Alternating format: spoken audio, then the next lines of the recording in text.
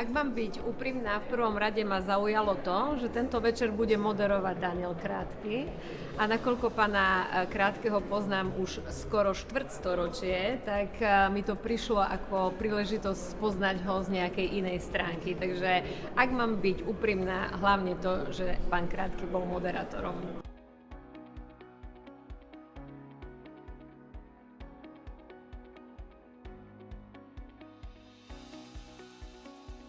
Veľmi to bolo príjemné.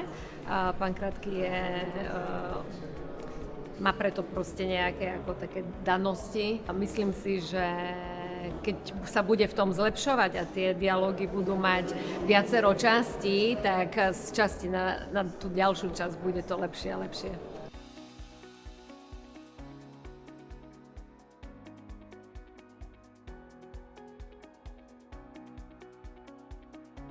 Trošku sa hanbím, že nie, ale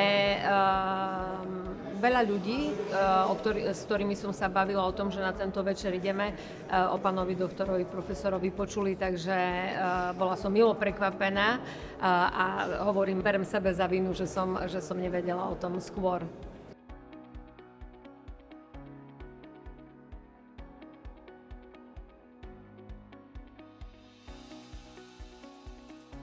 Ja som taký konzervatívny typ, ceruska, zošit, papier, nemám k tomu blízko a plus som rodič a všetko to, čo som si doteraz myslela, dneska odznelo na plné ústa a stotožňujem sa s tým. Je to veľmi nebezpečné a vidím, ako to proste nesprávnym smerom smerujete naše deti. Na druhej strane môj manžel je človek, ktorý pracuje veľa s umelou inteligenciou, ale nie preto, že nemá čo robiť, ale preto, že hľadá nové nejaké vedomosti alebo nejaké nové inšpirácie, poznatky, pretože máme chorého syna.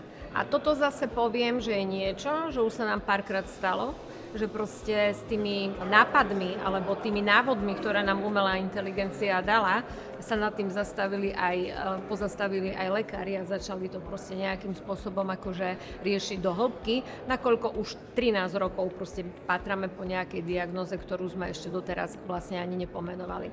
Čiže z toho pohľadu to berem ako prínos, z pohľadu rodiča, ktorý vidí, ako to nesprávnym smerom smeruje deti, sa tomu bránim.